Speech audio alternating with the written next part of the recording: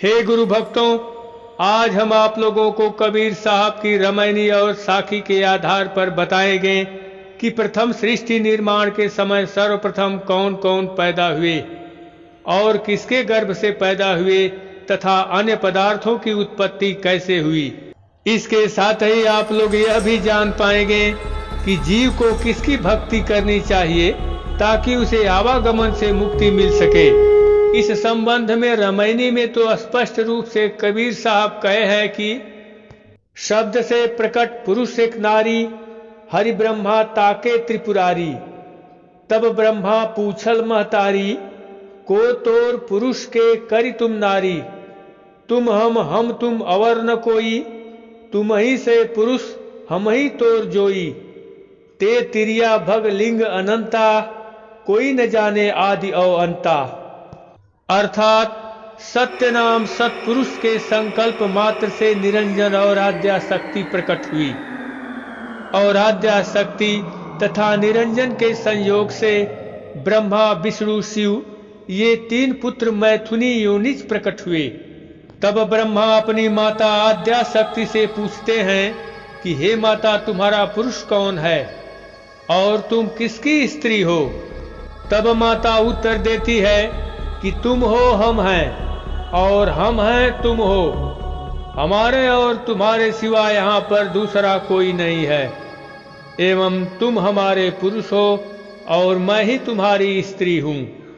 गुरु भक्तों, इसका दूसरा अर्थ आध्यात्म के क्षेत्र में इस प्रकार होगा कि जो चेतन सत्ता आत्मा तुम हो वही आत्मा मैं भी हूँ।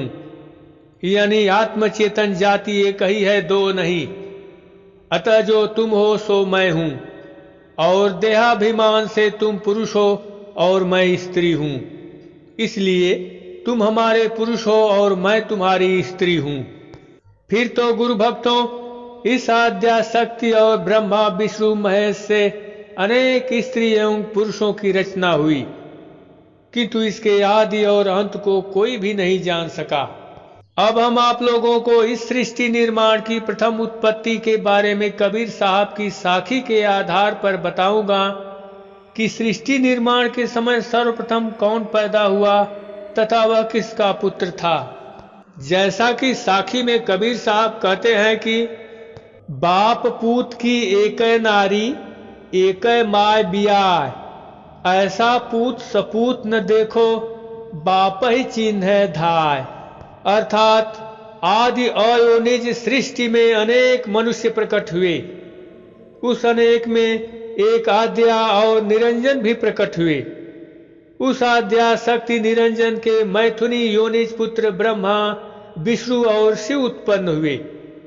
पुनः उसी स्त्री माया और त्रिदेवा से अनेक स्त्री पुरुषों की रचना हुई, किंतु उस समय माया के आदि अंत को इसमें से किसी ने नहीं जाना कि यह प्रवाह रूप सृष्टि परंपरा कैसे चलती है और कहां से आती है।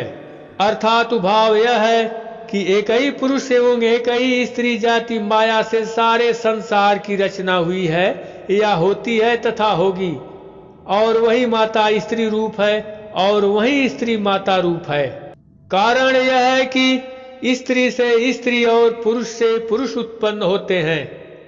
पिता ही पुत्र रूप धारण करता है और माता कन्या का रूप धारण करती है, क्योंकि कारण से ही कार्य होता है, अर्थात कारण ही कार्य होता है।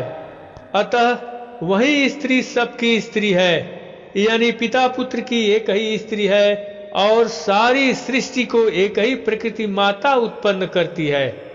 अब कबीर साहब यह कहते हैं कि उत्तम पुत्र वही है जो अपने पुरुषार्थ सहज योगाभ्यास द्वारा प्राकृतिक सभी आवरणों को दबाकर परम पिता सत्पुरुष को प्रत्यक्ष अनुभव प्राप्त करता है और जीव की आराधना और माया के झंझटों से छूट जाता है। गुरु भक्तों, अब हम इसके अगले क्रम में अपने दूसरे वीडियो में कबीर साहब की रामायणी के आधार पर यह बताएंगे कि जीव मत मतांतर के भ्रमजाल से कैसे निकल पाएगा। तो उसे भी आप लोग जरूर देखिएगा और हम उम्मीद करते हैं कि यह जानकारी आप लोगों को अवश्य ही अच्छी लगी होगी। तो इसी बात पर चैनल को भी सब्सक्राइब कर लें ताकि इसी तरह की जानकारियां आप लोगों को समय समय पर मिलती रहे। धन्यवाद।